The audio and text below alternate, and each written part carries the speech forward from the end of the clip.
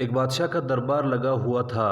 چونکہ سردی کا دن تھا اس لیے بادشاہ کا دربار کھلے میدان میں ہی لگا ہوا تھا۔ سب خواص و عام صبح کے دھوپ میں بیٹھے تھے۔ بادشاہ کے تخت کے سامنے ایک میز تھا اور اس پر کچھ قیمتی اشیاء رکھی تھی۔ وزیر، مشیر اور امراء وغیرہ سب دربار میں بیٹھے تھے۔ بادشاہ کے خاندان کے دیگر افراد بھی موجود تھے۔ اس وقت ایک شخص آیا اور دربار میں داخلے کی اجازت چاہی۔ اجازت مل گئی تو اس نے کہا، میرے پاس 2 اشیاء ہیں۔ میں ہر ملک کے بادشاہ کے پاس گیا ہوں اور اپنی اشیاء کو بادشاہ کے سامنے پیش رکھتا ہوں، پر کوئی فرق نہیں جان پاتا۔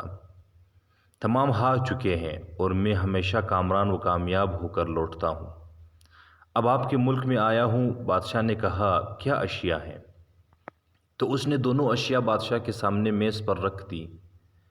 وہ دونوں اشیاء دیکھنے میں بالکل ایک جیسی جسامت، یکساں رنگ، یکساں چمک، گویا یہ دونوں اشیاء ایک دوسرے کی نقل محسوس ہوتی تھی۔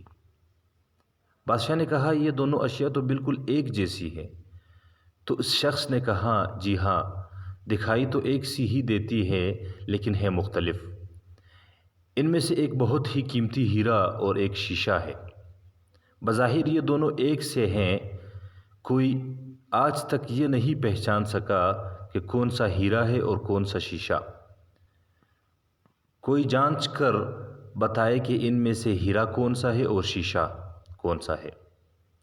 اگر کوئی صحیح پہچان گیا اور میں ہار گیا تو یہ قیمتی ہیرا آپ کا ہو جائے گا، لیکن شرط یہ ہے کہ اگر کوئی پہچان نہیں پایا تو اس ہیرے کی جو قیمت ہے اتنی رقم آپ کو مجھے بطور انعام دینا ہوگی۔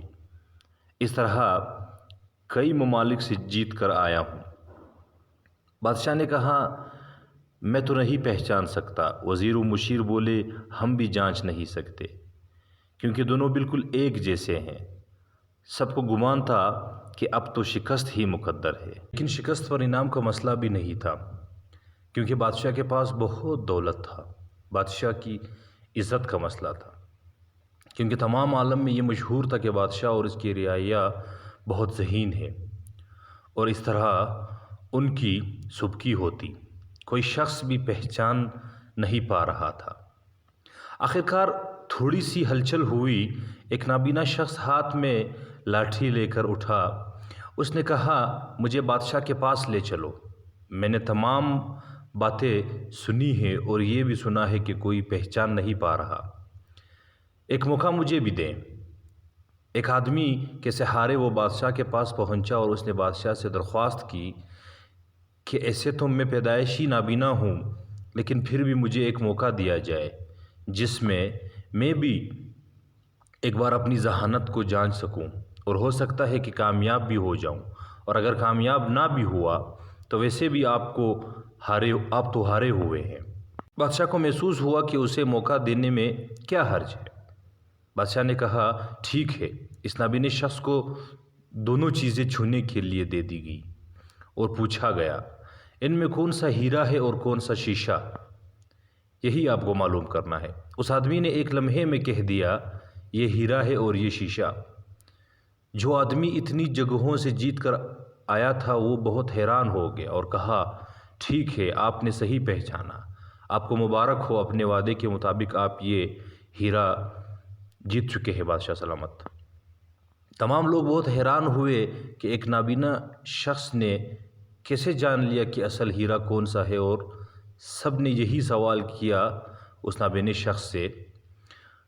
اس نابینا شخص نے کہا کہ سیدھی بات ہے، دھوپ میں ہم بیٹھے ہیں، میں نے دونوں کو چھو کر محسوس کیا، جو ٹھنڈا رہا وہ ہیرا، جو گرم ہو گیا وہ شیشہ۔ اس کہانی سے ہمیں یہ سبق ملتا ہے، اسی طرح زندگی میں بھی جو شخص سخت اور مشکل حالات میں گرم ہو جائے، وہ حالات کا سامنا نہ کر سکے، وہ شیشے کے مانند ہے، اور جو مشکلات میں ٹھنڈے مزاج اور صبر سے کام لے، وہ ہیرے کی مانند ہے۔